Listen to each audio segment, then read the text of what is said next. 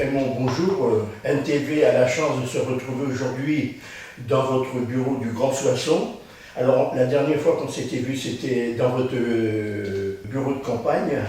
Et là, c'était pour l'élection du maire. Naturellement, cette élection s'est très bien passée puisque vous avez remporté la mairie de Soissons. Et dans la foulée, donc, vous êtes ensuite président du Grand Soissons. Écoutez, oui, c'est un moment important pour le territoire, puisque on peut le dire, c'est la première fois que le maire de la ville-centre est président de la communauté d'agglomération du Soissonnais. Alors, j'avais bien sûr déjà, par de mes compétences économiques et tourisme, une idée de ce qu'était la gestion de l'agglomération. C'est pas de même nature que la gestion d'une mairie, puisque les compétences sont pas les mêmes. Et je suis bien évidemment rentré dans le costume du président de Grand Soissons Agglomération. Alors, je pense que c'est important quand même pour toutes les communes environnantes d'être intégrées dans le Grand Soissons. Alors c'est vrai que ce qui faisait, le fait que le maire de la ville-centre ne soit pas président de communauté d'agglomération était par peur des communes rurales, par peur que la ville-centre prenne tout. C'est pas du tout mon objectif, bien au contraire, puisque lors de mon discours d'élection, j'ai bien précisé qu'un certain nombre de fonds de concours seraient réservés aux communes rurales sur des projets pas forcément supracommunaux, mais sur des projets purement locaux. Un point important quand même pour toutes ces communes dans les années à venir. Bien sûr, il y a, au niveau économique. Au niveau du Grand Soissons Agglomération, bien sûr, c'est d'abord l'attractivité du territoire, l'économie. Je voudrais rappeler le contexte dans lequel nous nous situons aujourd'hui sur le territoire. Un taux de chômage bien au-delà de ce qu'on trouve sur un plan national. Un taux de pauvreté aussi bien au-delà de ce qu'on trouve sur le territoire national, parce que 20,5% des Soissonnais, dans le sens large du Grand Soissons, sont en dessous du seuil de pauvreté. Je ne parlerai pas du taux d'illettrisme aussi, qui est bien au-delà de ce qu'on trouve sur un plan national. Donc des indicateurs sociaux alarmants et pour lesquels il est urgent de travailler sur l'économie et donc sur l'emploi. Développement économique, qu'est-ce que sur le Soissonnais? Alors, sur le Soissonnais, bien sûr, je pense qu'on va y venir dans quelques instants, sur l'arrivée de Rockwool, probable de Rockwool, et puis expliquer ce qui nous a amené à faire ce choix. À faire ce choix. Ce choix, c'est surtout Rockwool qui l'a fait. C'est pas l'agglomération qui est allée chercher Rockwool, c'est par le fait que depuis des années 2000, la politique des élus de la communauté d'agglomération des Soissonnais de l'époque a voulu mettre en place un certain nombre d'équipements pour pouvoir accueillir des entreprises. Et justement, pour remédier à cette problématique de chômage, je voudrais rappeler que depuis les années 1990, Soissons et le Grand Soissons a perdu ses fleurons industriels et que ça s'est traduit par 7000 emplois industriels en moins. Donc d'où la réaction des élus en 2000 de reconstruire des équipements pour pouvoir accueillir de nouvelles entreprises, à la fois industrielles et puis logistiques. Je crois que il y a des associations qui se créent, il y a des gens qui sont contre l'arrivée de Rockwool. Alors c'est vrai qu'on s'inquiète pour la santé, mais je pense que des entreprises comme celle-là auront systématiquement des devoirs. Tout d'abord, je voudrais dire que les interrogations sont légitimes. C'est vrai que quand une entreprise industrielle vient sur un territoire, il y a un certain nombre de peurs. Et d'ailleurs, je voudrais rappeler que le principe de précaution qui est maintenant dans la Constitution, l'article 5, fait que ce principe de précaution est quelque chose qui est inscrit dans le marbre et dans la loi.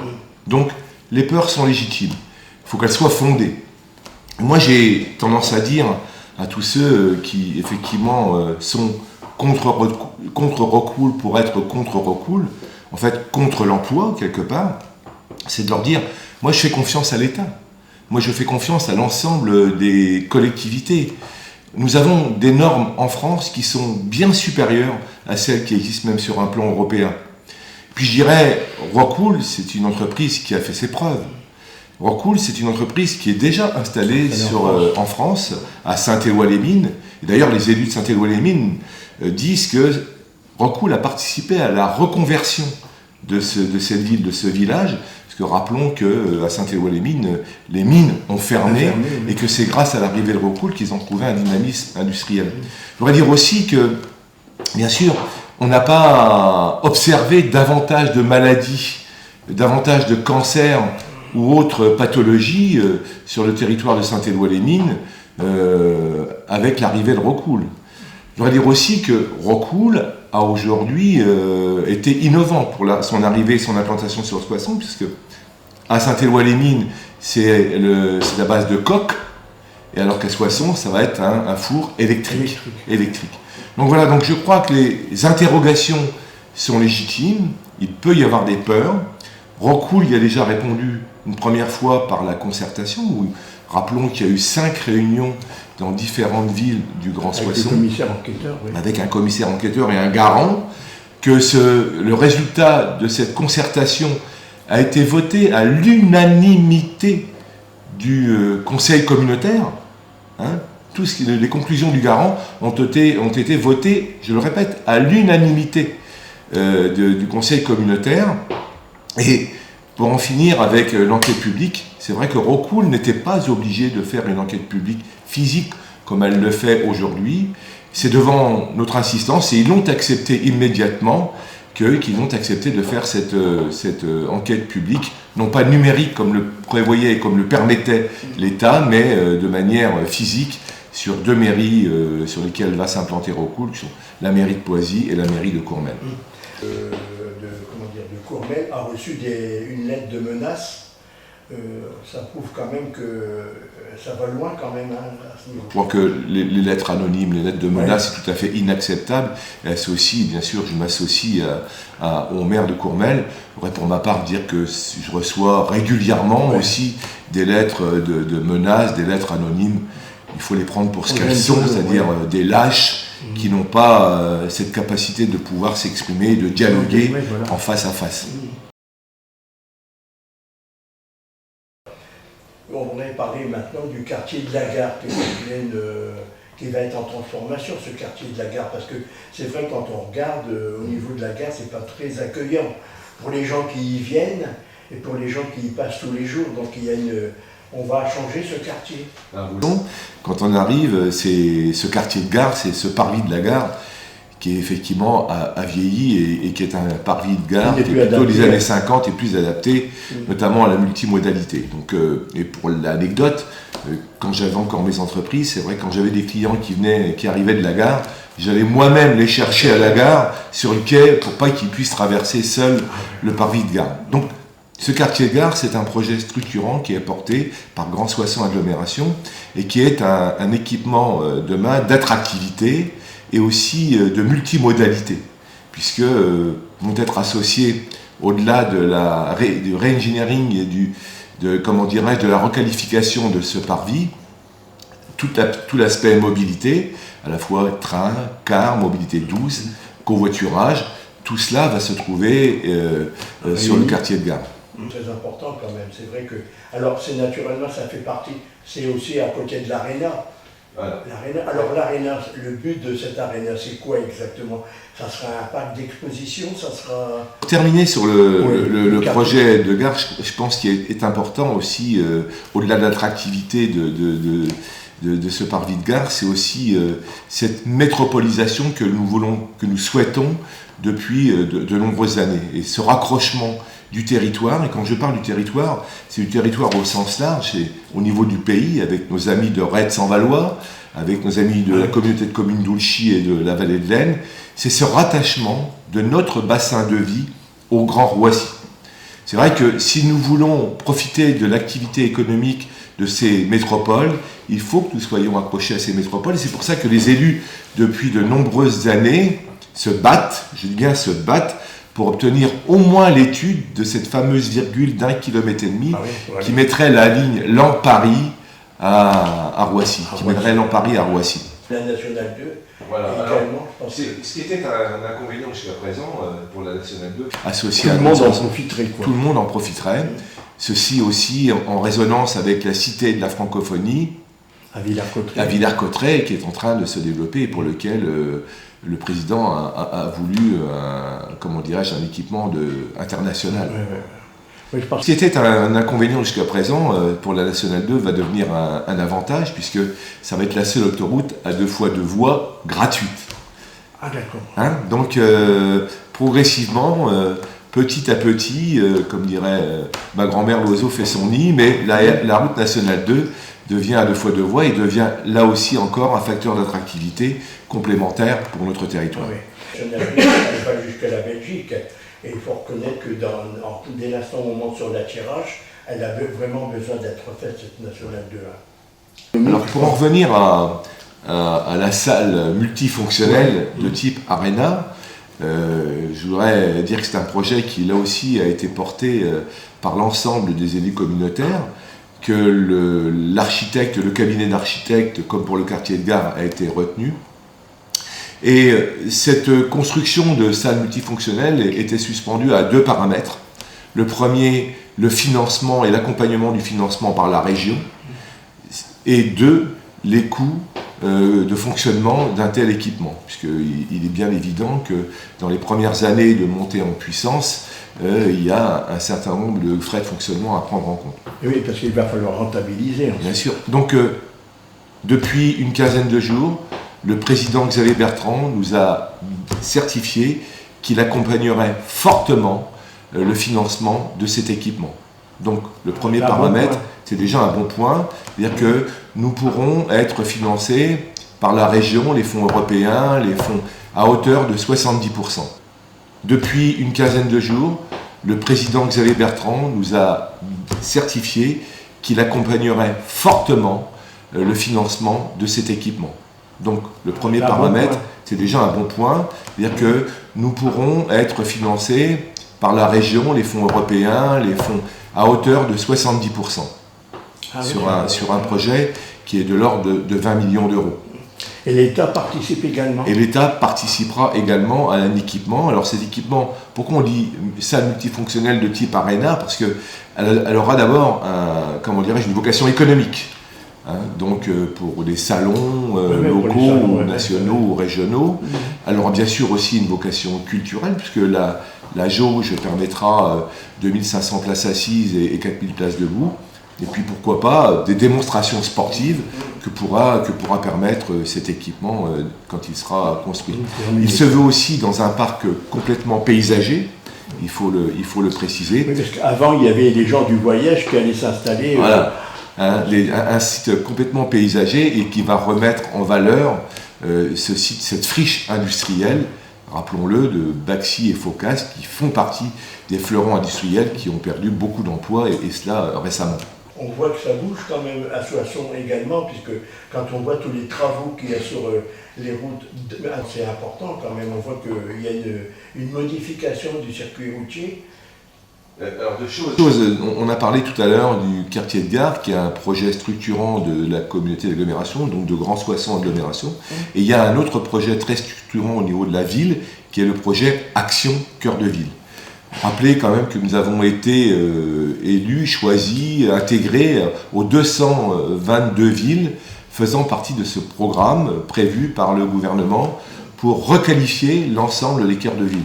Donc c'est vrai qu'il y a beaucoup de travaux de requalification de l'espace public. Il y aura beaucoup de travaux de requalification de l'habitat, puisqu'on est aussi dans les cœurs de ville. Soissons n'échappe pas aux villes moyennes qui ont vu leur habitat dégradé, des commerces fermés, des équipements publics se dégrader. Et donc nous sommes en train de travailler sur tous ces axes. Et puis aussi, vous en disiez 2 mots sur la mobilité. On est, avec la crise Covid, dans une dynamique de mobilité douce, avec la création, vous l'avez sans doute observé, sur Soissons de pistes cyclables. Donc de nombreuses pistes cyclables ont été mises en œuvre et nous avons des projets au niveau de Grand Soissons agglomération qui portent la compétence transport, d'accompagner cette dynamique en matière de mobilité douce, à la fois dans la mise en place de stations de vélos en location, mais aussi d'accompagnement, d'achat de bicyclettes, et puis d'accompagnement grâce au projet porté par le PETR. Donc le PETR, je le rappelle, c'est Communauté d'Ouchy, commune de Retz-en-Valois, Communauté de Val-de-Laine et Grand Soissons agglomération, qui travaillent ensemble sur un véritable schéma cyclable, schéma directeur cyclable, pour nous amener jusqu'à Berny-Rivière. Moins de voitures sur la route, mais aussi permettre aux touristes, aux visiteurs, de pouvoir parcourir notre belle région, ce beau bassin de vie en bicyclette. Et dans le cadre des commerces, on voit que dans Soissons également, il y a beaucoup de petites verrues qui s'en vont et des commerces qui s'y installent. On voit dans la rue du Collège, c'est l'ancien hôtel de la Croix d'Or, je crois, où il y a une grande construction, où il y aura des bureaux et des appartements dessus. On a mis des aides très très importantes d'accompagnement. La première, c'est l'exonération depuis 3 ans de la taxe foncière de 50% pour l'ensemble des commerces de proximité. 2, suite à la crise Covid, nous avons étendu à 100% l'exonération de taxes foncières pour les commerces qui ont dû fermer, à qui on a imposé de fermer. C'est l'accompagnement aussi par l'association Pixel qui est gérée par Grand Soissons Agglomération de la digitalisation des commerces, parce que pour qu'ils puissent faire du click and collect ou du livret, de plus en plus, vous voyez des commerçants soissonnais, ils sont à peu près 80 aujourd'hui, qui proposent des services digitaux et qui vous permettent de commander votre veste, votre cravate directement, ou même le menu chez les restaurateurs et d'aller le chercher directement chez le commerçant. Donc nous accompagnons ces commerçants. Nous sommes très attentifs aussi à ce que vous appelez les verrues, et il y a un certain nombre de verrues qui ont servi à mettre en place des boutiques éphémères et qui se traduisent après par la mise en place de commerces qui résistent, et notamment vous avez les commerçants de producteurs locaux qui se sont installés pour commencer à la boutique éphémère au 55 rue Saint-Martin et qui désormais sont installés à leur compte à l'ancienne boutique Saint-Hilaire. Voilà. On va parler maintenant de l'hôpital. Bon, vous connaissez très bien puisque vous administrez l'hôpital de Soissons. Comment ça se passe actuellement à l'hôpital de Soissons ? Je voudrais d'abord saluer le personnel soignant et l'ensemble du staff, de la direction, mais aussi services administratifs qui aujourd'hui sont dans une crise et qui se battent, qui combattent dans une crise sanitaire comme jamais nous n'en avons connu. Et ils se battent parfois même avec un certain manque de moyens, et je voudrais vraiment leur rendre hommage, parce que c'est une crise difficile pour l'ensemble des Français qui se sentent confinés, mais c'est ô combien difficile pour les personnels soignants qui voient arriver l'afflux de malades dû au Covid-19. Alors, l'hôpital de Soissons est un hôpital pivot dans ce qu'on appelle un GHT, un groupement hospitalier de territoire, qui va du bassin de vie de Château-Thierry jusqu'à Villers-Cotterêts.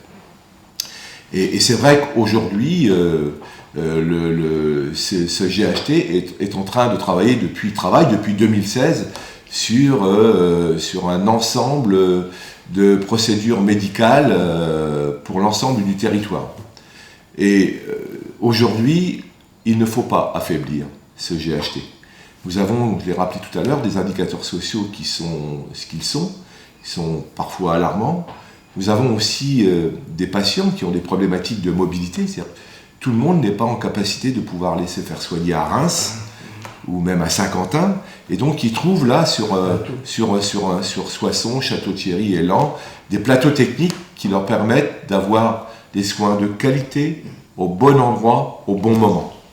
Donc voilà où nous en sommes, mais je voudrais rappeler et de nouveau dire que nous sommes solidaires de notre personnel soignant pour tous les efforts qu'ils consentent, et puis pour la crise qu'ils nous permettent de passer avec une garantie et une qualité de soins assurée.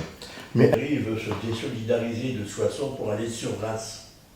Il faut que chaque centre hospitalier puisse avoir ses domaines d'excellence, développer ses domaines d'excellence, ses domaines de compétences, en rappelant ce que je dis souvent, ce postulat, c'est pas du soin partout, à tout moment, mais c'est du soin de qualité, au bon moment, au bon endroit.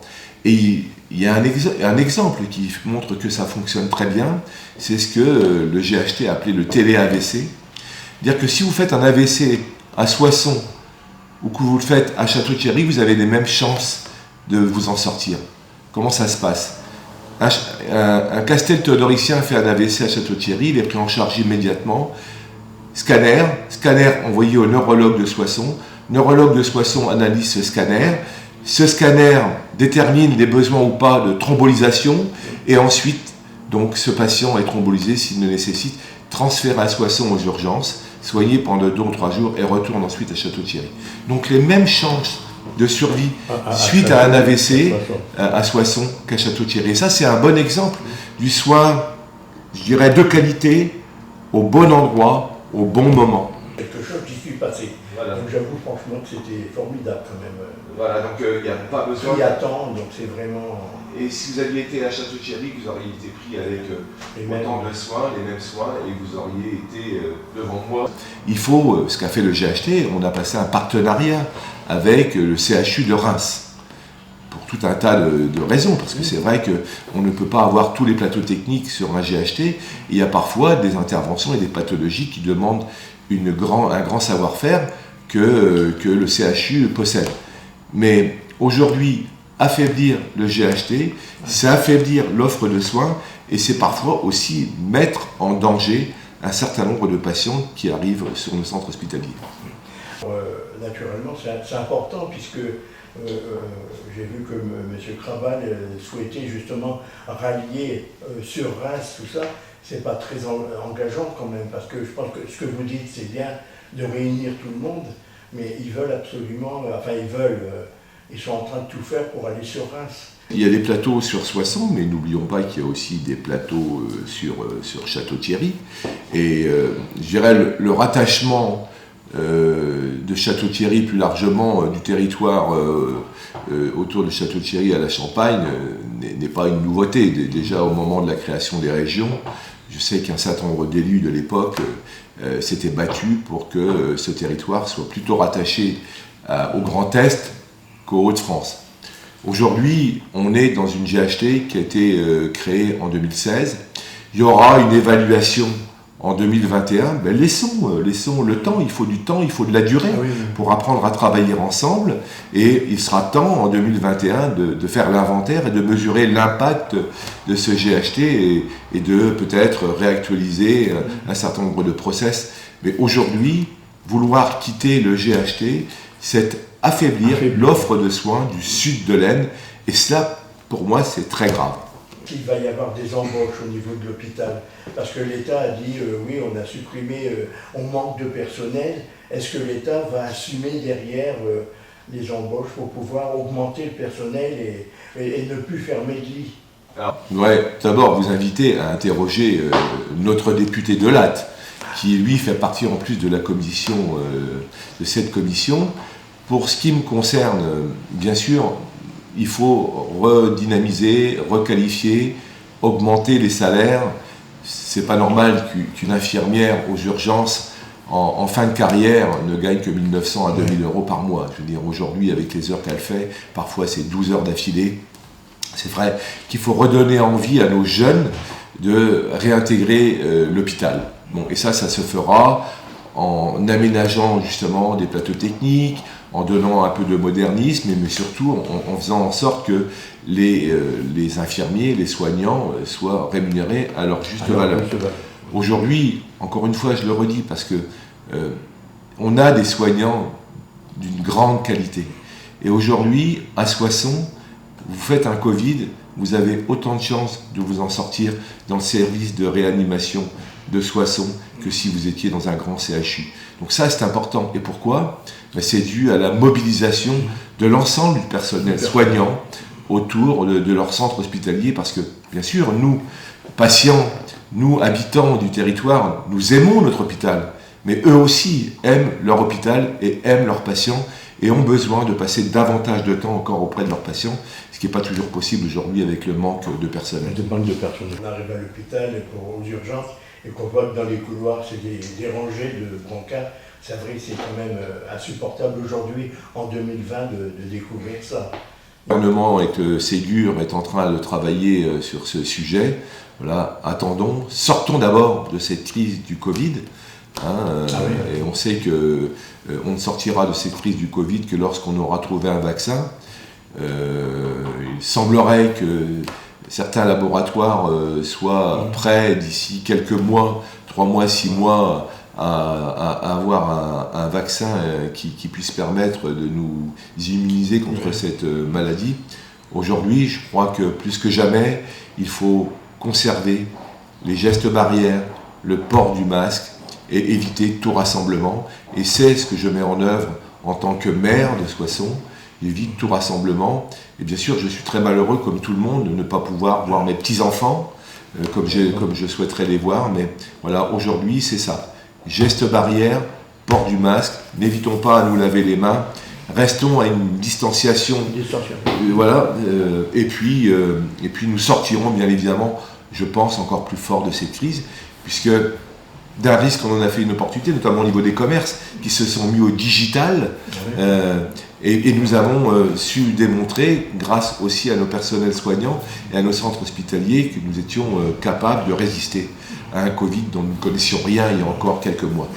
Il y a 15 jours, vous y étiez d'ailleurs sur la place de la cathédrale avec monsieur le sous-préfet, une tournée l'après-midi dans Soissons, et apparemment tout le monde porte bien le masque, les commerçants étaient fermés, c'est respecté quand même quand on fait le tour. Oui. Je pense que la responsabilisation de l'ensemble des acteurs économiques est là, des citoyens est là. Bon, il y a ci et là quelques exceptions, mais ce sont vraiment des exceptions. Je crois qu'on peut saluer aussi nos commerçants qui ont fermé, qui respectent la loi et qui ont fermé et qui se sont mis pour la plupart au digital avec de la livraison à domicile, du click and collect et puis aussi de la communication sur les réseaux sociaux de leurs produits. Il y a des aides pour les gens qui sont... la ville de Soissons participe également aux aides... Oui, des aides de la communauté d'agglomération, des aides de la ville de Soissons, des aides de la région avec le plan relance, puis des aides État. N'oublions pas que pour ce deuxième confinement, l'État a décidé d'indemniser les commerçants jusqu'à hauteur de 10 000 € par mois de fermeture de leur chiffre d'affaires. Donc c'est des efforts importants que consent la nation. Ça ne suffira pas, bien évidemment, à ce que nos commerces retrouvent, comment dirais-je, la productivité et l'équilibre, mais ça demandera un certain temps. Mais voilà. Je pense que ce qui est important, c'est que la vie aussi continue. À Soissons, les travaux, notamment dans le bâtiment, continuent, les routes sont en train de se faire, les projets repartent, et je pense que ça, c'est très important. On a parlé tout à l'heure de Rocoul. L'aérodrome va déménager, c'est en cours, Alors, pour en venir à préciser, encore une fois, que la vente du terrain du plateau à Rocoul a été votée à l'unanimité des délégués communautaires, qui sont encore aujourd'hui élus, je voudrais le préciser. Donc, Rocoul a pris 39 hectares et souvent, on entend dire que ça ne fait pas beaucoup de rendement à l'hectare en termes d'emploi. Mais un industriel qui met 140 à 150 millions d'euros sur la table pour s'installer, il voit plus loin qu'aujourd'hui.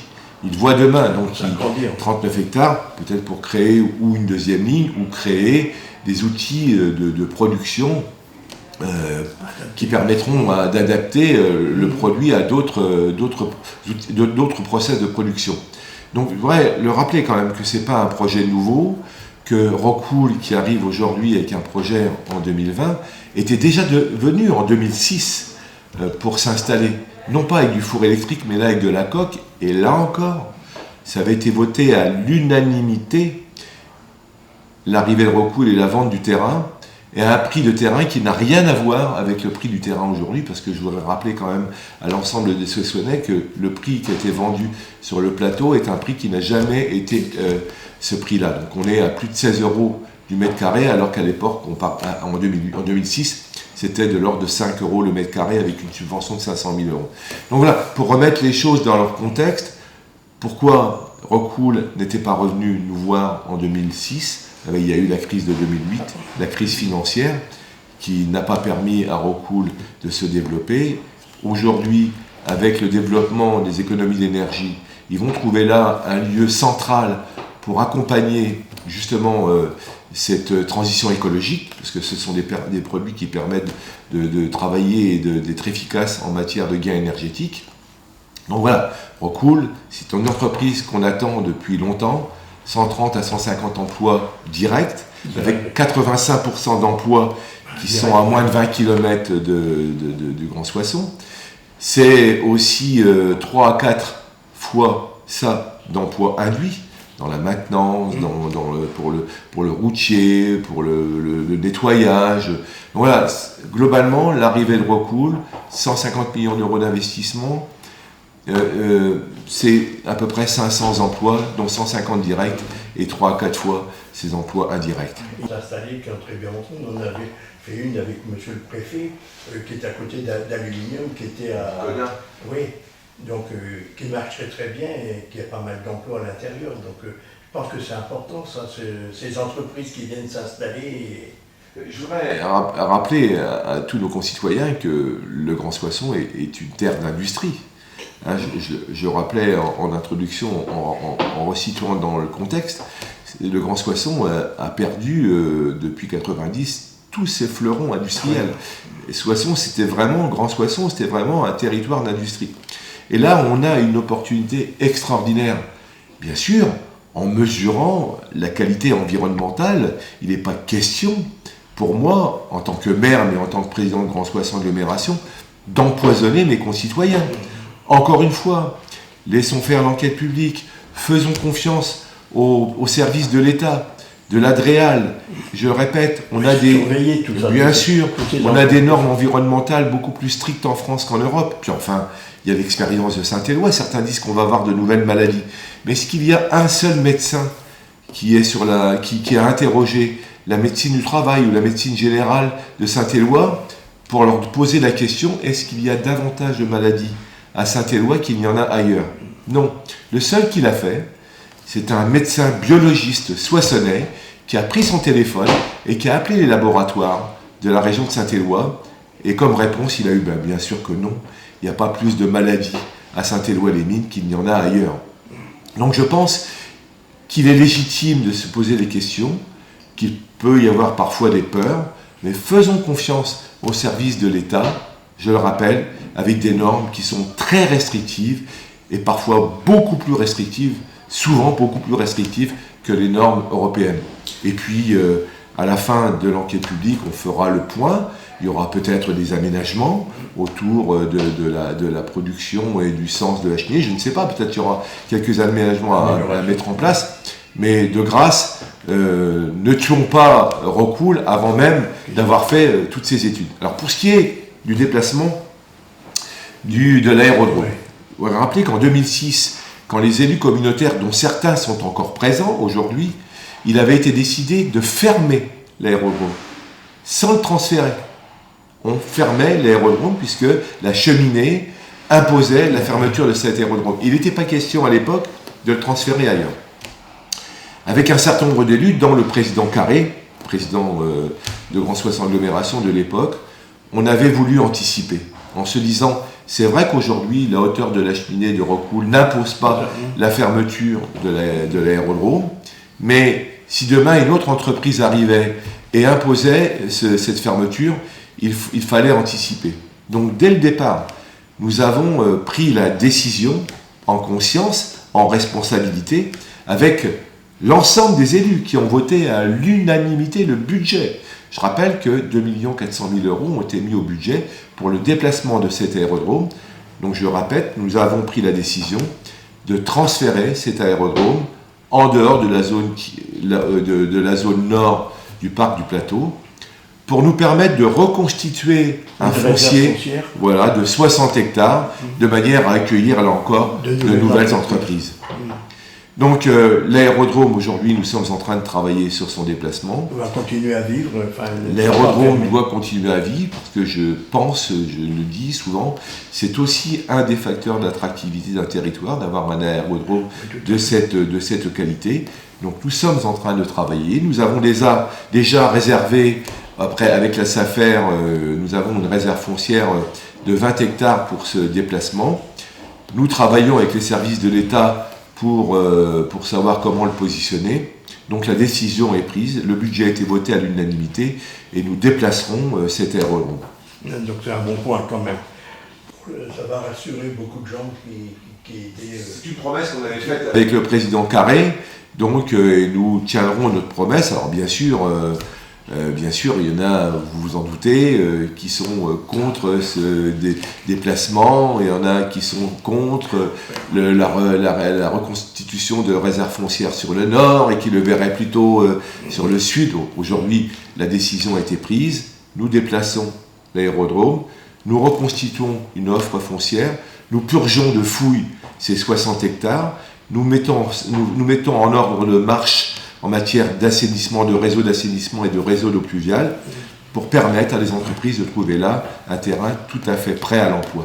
Oui, d'améliorer cette ligne qui va de Laon à Roissy, et puis la Nationale 2, ça ne sera qu'un point positif pour justement des entreprises pouvoir venir s'installer à Soissons. Bien sûr. Je pense aussi, il ne faut pas oublier le label qu'a obtenu Grand Soissons Agglomération, qui est site industriel clé en main, qui fait que le parc du plateau est maintenant sur une carte et connu des investisseurs. Grand Soissons est revenu dans les radars, et bien sûr, il y a d'autres projets qui sont à notre porte, et nous en parlerons de cela dans quelques semaines, dans quelques mois. Et Xavier Bertrand est partant également justement pour aider... Xavier Bertrand, non seulement est partant, va accompagner financièrement, et a fait un courrier au commissaire enquêteur en lui disant qu'il était bien sûr tout à fait favorable à la plantation de cette usine de production de laine de roche qu'il est allé visiter lui-même au Danemark.